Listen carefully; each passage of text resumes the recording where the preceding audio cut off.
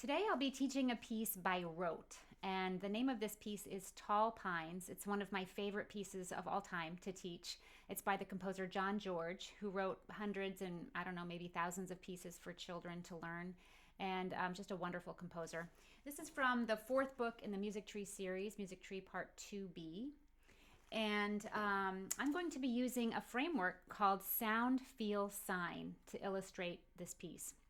We start by teaching with the sound first, and then the students get the physical feel of playing, and finally we show them the music. So this is backwards from the way that music is often taught, where we just put the music in front of us.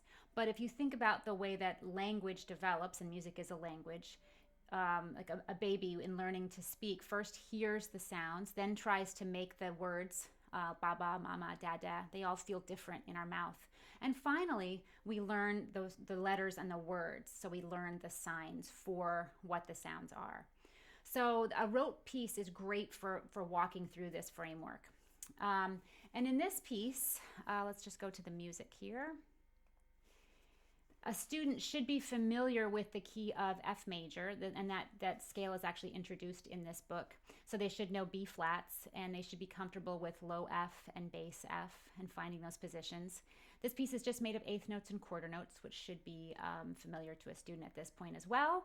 It also uses the pedal, although what I do is I just hold the pedal down all the way through the piece. I find this sounds just as good as lifting at the end of each line. And most students at this stage haven't done a lot of syncopated pedal yet, so I find that this just more accessible this way.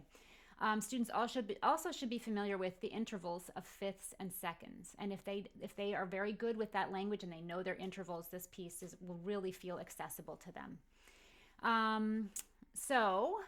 In teaching the piece, I often just demonstrate the piece first. And as I'm demonstrating, I'm also talking through the piece. So you can really multitask in this way.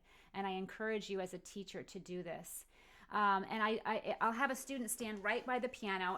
They wouldn't be seeing the music. I'd play it from memory. And I would ask them just one question before I begin. I would say, do you notice that I play any black keys in this piece? And if I do, which finger plays the black key? And I will want them to see that finger 4 does indeed play the one black key that's used in the piece. So then I would demonstrate. I would say I'm going to start with my pinky down on low F and my thumb here on bass F. Oh, I forgot to say one thing. This piece uses hand over hand coordination to play. This might be new for a student, so this is actually a great first piece for them to do this. So I would start playing. I'm starting down on F, and then F, cross over, and then walk down slowly. That helps with the rhythm. The second line starts just the same way, and the rhythm's just a little different here. Walk, run to here. Now this third line starts down on C, so it's a little different, but I'm still crossing over and walk down slowly, and then back to F. And this feels just like the second line. Walk, run to here, and then echo up higher. And then I find the lowest F and I sneak in and hold it and then bring my hands down slowly. And then you've played beautifully for them and conveyed a lot of information as you were playing. So then you would ask them, did you notice any black keys? And hopefully they'll have seen that you played one black key each time. It was always the B flat, and you always use finger 4. And this is a great preparation for learning the F major scale where you do play finger 4 on the B flat. Let's see. Then I would ask them the next really important question. Did you notice what interval I played between my fingers 5 and 1? And hopefully they would say that those are fifths. And you can see as I'm going higher, it's all fifths. And then how about coming lower? What's that interval? It's from one finger to the next. Those are all seconds. And so if they can see that this piece goes up by fifths, down by seconds, they've now discovered the truth of the piece. And whenever we find the truth, we just make things easy for them. And then that's a wonderful feeling for them when they're going to sit down and play. So that's the sound of the piece, and we discussed a little bit about it, but they still haven't seen the music. So the next step is I'd have them sit down and I would just teach them one piece at a time by rote. I'll play the first line and then it's their turn. Now, if they are struggling with the hand over hand part, I might have them put the keyboard cover down and then just tap the rhythm, left hand, right hand, cross the left hand over, right hand comes up, and then walk down slowly. You notice those words were really aiding the rhythm. And I found when I say those, when I introduce the piece, they really don't have rhythm problems because they're used to hearing those words. So I'd have them play through the whole piece, one line at a time, and then finally we would look at this musical score.